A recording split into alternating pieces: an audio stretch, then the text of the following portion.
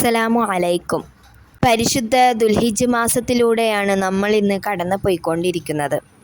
ഈ ദുൽഹിജ്ജ് മാസത്തിൽ നമ്മൾ ചെയ്യേണ്ട ദിക്റുകളെ കുറിച്ചാണ് ഇന്ന് ഞാൻ പറയുന്നത്.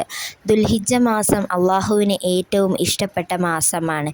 ഈ ദുൽഹിജ്ജ് മാസത്തിൽ ദിക്റുകളും സ്വലാത്തുകളും തഹ്ലീലുകളും തസ്ബീഹുകളും അധികരിപ്പിക്കുക. അത് ചെയ്യുവാൻ അള്ളാഹു സുബ്ഹാനഹു വ തആല നമ്മൾക്കെല്ലാവർക്കും തൗഫീക്ക് നൽകട്ടെ. ആമീൻ യാ റബ്ബൽ ആലമീൻ. ഈ ദിക്റുകൾ ദുൽഹിജ്ജ് മാസത്തിൽ നിങ്ങൾ അധികരിപ്പിക്കുക. സുബ്ഹാനല്ലാഹി വൽഹംദുലില്ലാഹി വലാ ഇലാഹ ഇല്ലല്ലാഹു അല്ലാഹു അക്ബർ വലാ ഹൗല വലാ ഖുവത ഇല്ലാ ബില്ലാഹിൽ അലിയ്യിൽ അലീം എന്നത് 100 തവണ ചൊല്ലുക. അസ്തഗ്ഫിറുല്ലാഹുൽ അലീം. ഈ ഇസ്തിഗ്ഫാർ അധികമായി ചൊല്ലുക.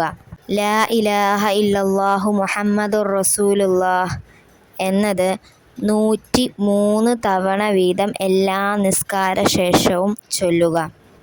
നമ്മളുടെ മനസ്സിലുള്ള എല്ലാ ആഗ്രഹങ്ങളും ഈ മാസത്തിൽ നിങ്ങൾ ചോദിക്കുക. അള്ളാഹു ഉറപ്പായും പ്രതിഫലം നൽകും. ഈ മാസത്തിലെ 10 ദിവസങ്ങൾക്ക് ശ്രേഷ്ഠതകളുണ്ട്. പ്രാർത്ഥിച്ചാൽ ഉടൻ ഉത്തരം ലഭിക്കുന്ന മാസങ്ങളാണിത്. ധാരാളം ദിക്റുകളും സ്വലാത്തുകളും തഹ്ലീലുകളും തസ്ബീഹുകളും കൊണ്ട് ധന്യമാക്കുക. ഈ സ്വലാത്ത് ദുൽഹിജ്ജ് മാസത്തിൽ 40 തവണ പറഞ്ഞാൽ ഉടൻ തന്നെ നിങ്ങളുടെ ആഗ്രഹങ്ങൾ, പ്രതിസന്ധികൾ, പ്രശ്നങ്ങൾ എല്ലാം മാറി അള്ളാഹുവിൻ്റെ വലിയൊരു കാവൽ ലഭിക്കുന്നതാണ്.